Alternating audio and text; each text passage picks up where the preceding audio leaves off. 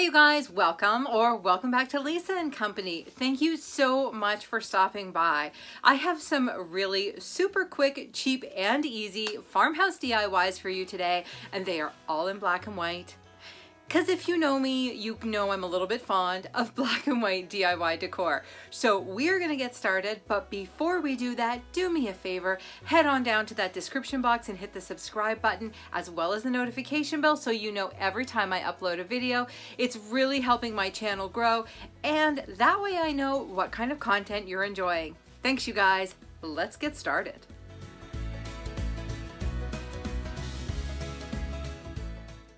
So first up today, we are going to use a trio of these Dollar Tree houses, some buffalo plaid papers that I actually downloaded from Etsy and printed myself, and we are going to create some really cute home decor.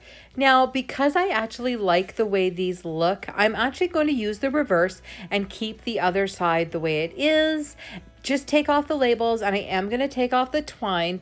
Before I get started with the paper, I am simply going to paint one of these with the Dollar Tree white acrylic paint, and that way that can be drying while I work on the others. Now, I am going to be careful as I paint this because I don't want to get any paint on the sides. Remember, I'm either going to leave these the way they are on the other side or eventually turn them into two-sided signs. I wonder if I could say that 3 times fast. Anyway, what I'm doing is spreading the paint kind of from the center out towards the edges, and then I will go back and put long brush strokes from one end to the other just to make sure that it's not too messy looking.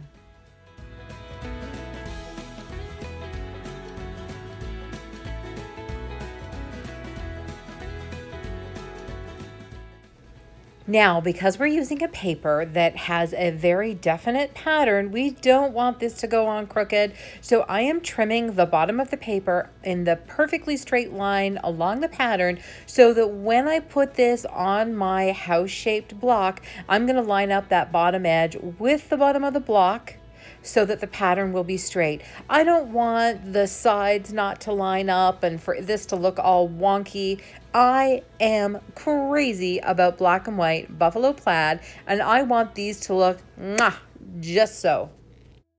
Of course, I'm going to use my Dollar Tree glue stick to put the paper on. I am loving this. I don't know why. I always used to use Mod Podge because this works so well. Put a good even layer of the glue on, press your paper down, make sure there's no lumps or bumps in that glue, and then you know what we're going to do to trim the edges, right? Like I don't even have to tell you guys, do I? That's right. Once I have both pieces of paper on and I've made sure that they are securely attached, you do not even have to wait for it to dry. I'm going to take my Dollar Tree sanding block and just sand from top to bottom. Remember not to go side to side. And we are going to get rid of all that extra paper. Now, you guys, I have been dying to try some homemade chalk paint made with baking soda and acrylic paint. And I thought this was a great opportunity to try it and do something different. So I did not measure, but I just mixed together some black acrylic paint with my baking soda, and I just mixed it till I had what appeared to be about the same consistency as my chalked paints of various manufacturers. So once I had that, I did set it aside for a little bit to let it set up, and then I used it on a Dollar Tree glass candlestick because I wanted to make a riser for one of those houses. Now, if you've ever painted glass, you'll know what I'm saying, that it can be tricky.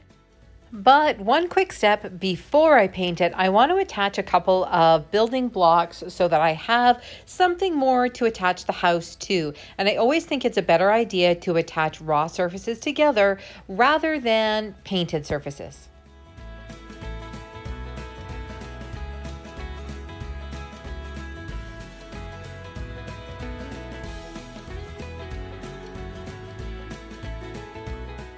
Well, you guys, I was so seriously impressed with how this went on. I will totally do this again.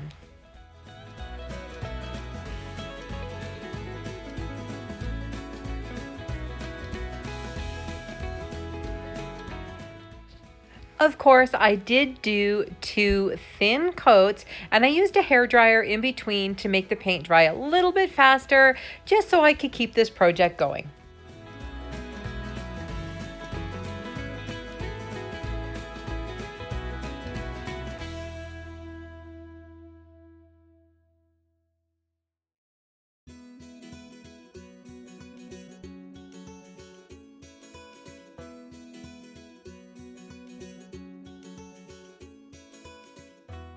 So I attached the candlestick riser using some E6000 and some hot glue, and then I had one of these little candle cups, and I did the same thing on the other house.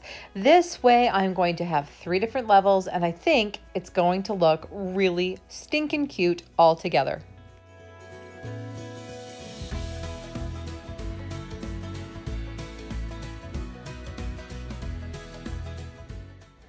And last but not least, remember this one we painted white? Well, I have these nifty script stickers. Another one to say 3 times fast that I picked up from Dollarama, and I am just popping this right on there because V is what our last name starts with. Now I want to embellish this a little bit, so I'm going to put some twine around it, kind of like it was on the original, but a little bit different because I want to do it once at the top and once at the bottom. So I'm just going to put a tiny drop of glue at the back and get it started, and then do the same at the top.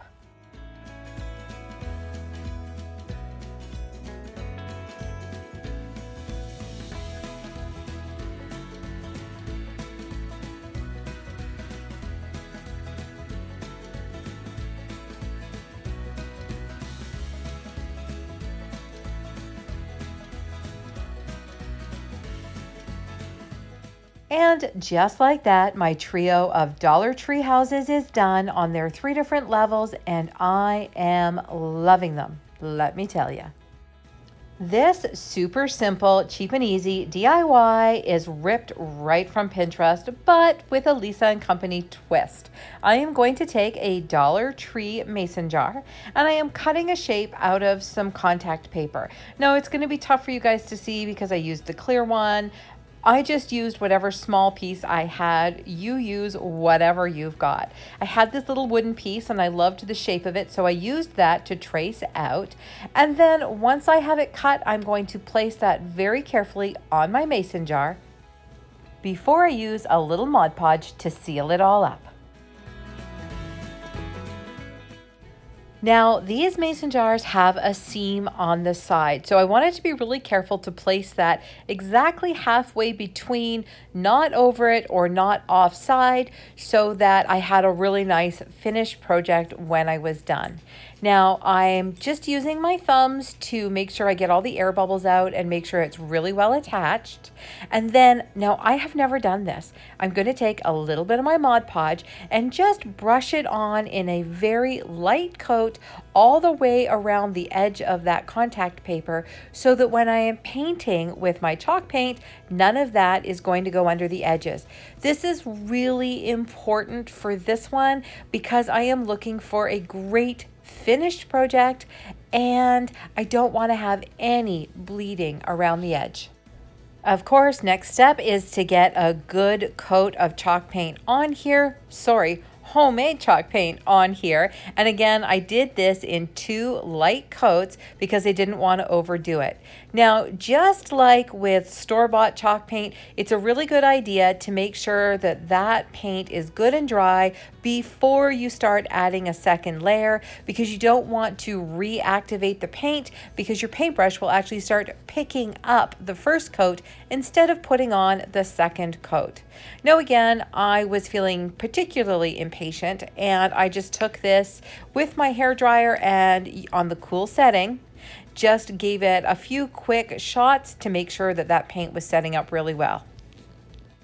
Just using any sharp object, you want to sort of grab the edge of that contact paper and slowly peel it back. And boy, oh boy, can I tell you, this was satisfying.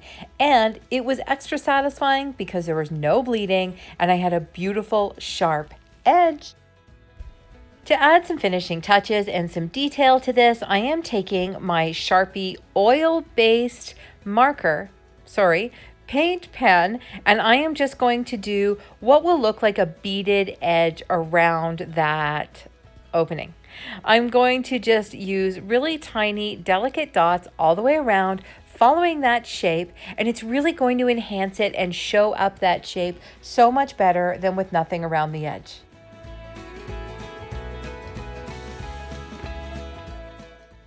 I gotta tell you guys, in my real life, if I'm out shopping and I see something that is black with white top stitching, or the reverse, white with black top stitching, I am a sucker. I cannot resist and I have to have it. And this is essentially what we've got going on here. And of course, this farmhouse project would not be complete without some black and white baker's twine. You guys know I love this stuff. So a few twists around the top and a cute bow right at the front.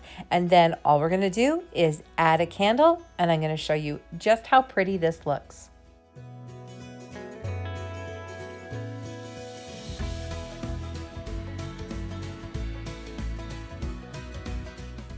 Oh my goodness, I am seriously crushing on these projects. I hope you guys love them like I do. So because I like to ask you guys about 1,000,000 questions every time we do this, but it's only because I really enjoy your feedback and I love hearing from you. You guys are amazing. I do my best to try and get to all the comments, but I do work full time, so it can be a little tricky. Better yet, a little bit delayed. So I am still working on it, and sometimes even if I haven't answered, I have read them, I promise. Now, we have done all kinds of fun Valentine's DIYs this year. We did this one, which was kind of just an in-between one, but are you guys ready for some Easter DIYs? We're gonna do spring too, but I think we're gonna get started with Easter. I've seen so much amazing inspiration, and when I took that little vacation in January, I did a lot of pinning, like a lot. So I have all kinds of great ideas for the channel. So make sure you head down to the comments and tell me what you're looking forward to, spring or Easter or both. This super easy, cheap, and simple DIY starts with a bunch of Amazon beads taking a bath in some watered down black paint. I was lucky I had one of these takeout containers left over and it was perfect, and I just shook them up for a bit and then I let them sit for a little bit to soak in as much of that paint as I could. Now, these will not come out black. They're going to come out kind of a mottled gray. Really depends how long you leave them in there and how watered down your paint is. Once these had sat for about 10 minutes, I just took them out a couple at a time and rubbed them dry with an old cotton rag. Now, I strongly recommend you wear a pair of gloves when you do this because, well, my cuticles still have a lovely shade of dirty gray all over them, and I can't get it off.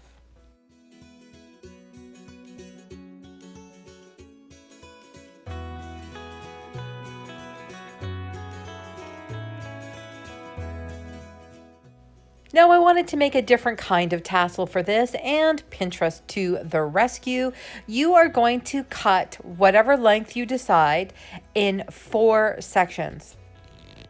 Mine were about 12 inches and I did end up trimming them quite a bit.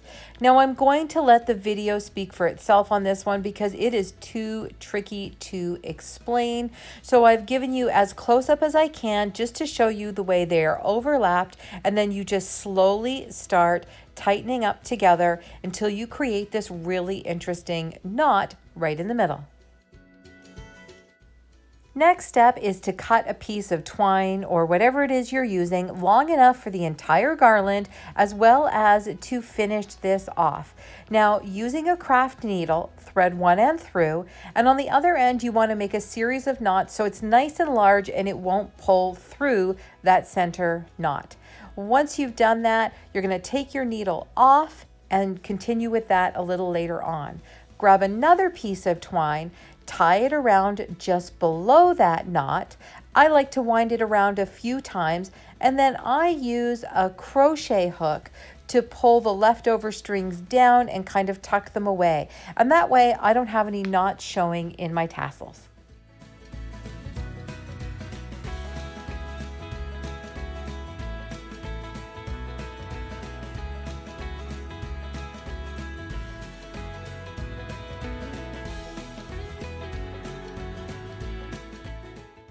Once your beads are totally dry, use your craft needle and thread those beads right onto your twine. I used that little wooden piece at the end of my farmhouse beads that I used to cut out my shape in the second DIY, but now I want to make it pretty. Again, I am in love with these Dollar Tree rub-on transfers. So I just grabbed these ones, selected a couple that I liked, and rubbed them on for a finishing touch. I actually decided to put them on both sides, and that way, no matter which way the tag was showing, there would be something pretty on either side. I'm really loving the tone on these farmhouse beads, although in my mind they were more black when I started out. I love all the different tones on all the different beads because it's got a real, I don't know, we'll just say farmhouse vibe.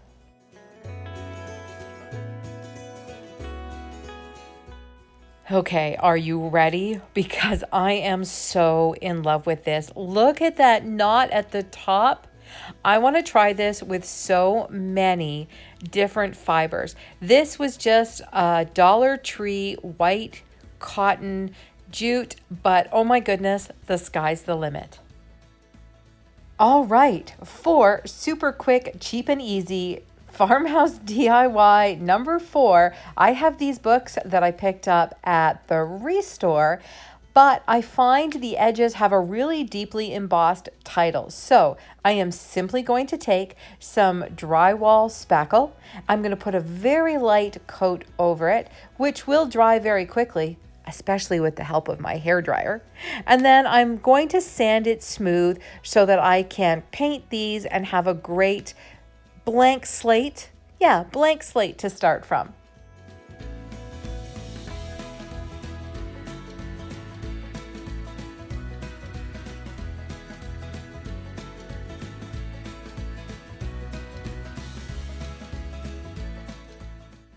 Now that these are all dry, I'm just going to take my Dollar Tree sanding sponge and very lightly, with a very light hand, just sand these off. I'm just going to get rid of any lumps or bumps, any rough edges, and just barely smooth it out because we don't want to uncover that embossing again.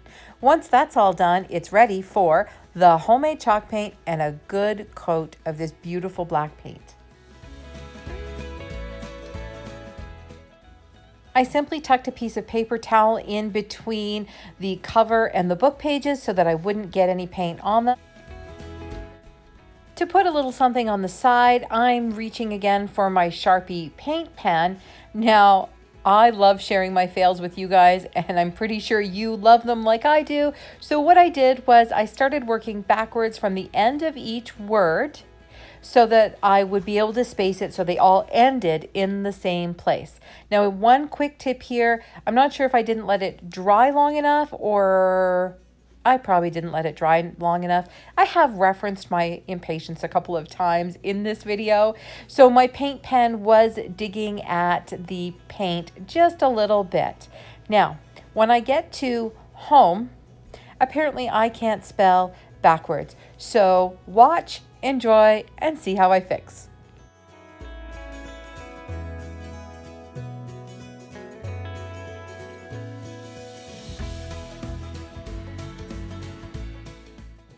So I'm pretty sure you know that Mo was not the sentiment that I was looking for on these books. So I simply touched it up with a little bit of the black paint, waited for it to dry, and then correctly spelt home.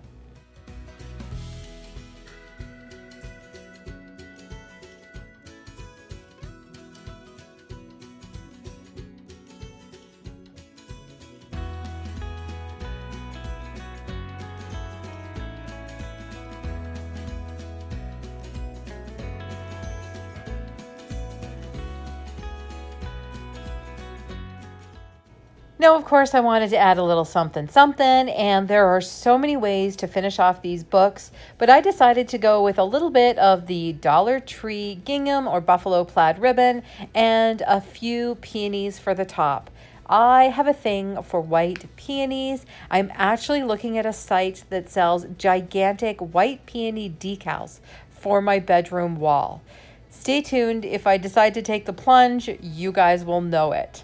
In the meantime, I simply tied this around the stack of books. I'm going to add a couple of these. I picked these ones up at Dollar Tree actually, and a couple of them will do the trick with a little bit of hot glue and then literally some leftover pieces of greenery. I tend to hold on to them when I have extras from other projects, or if I take a project apart to use for something else, I save all those little bits and pieces. Hashtag hoarder.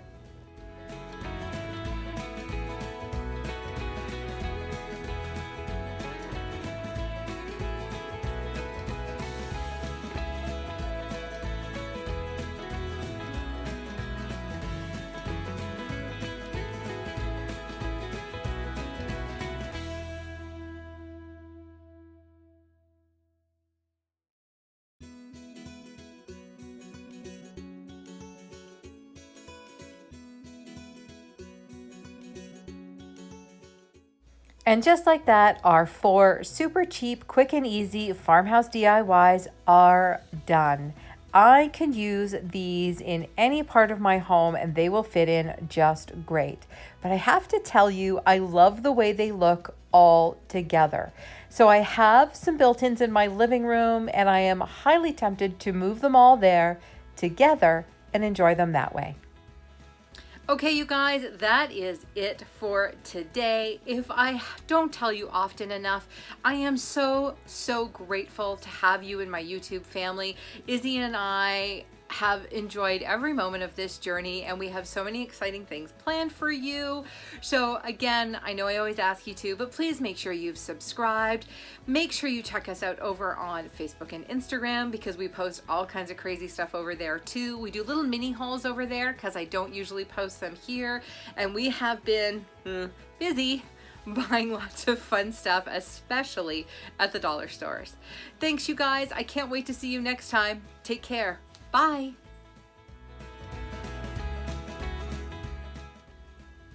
Make sure you check out these other videos and don't forget to give us a like, a comment, and even a share if you feel like it. Bye, you guys.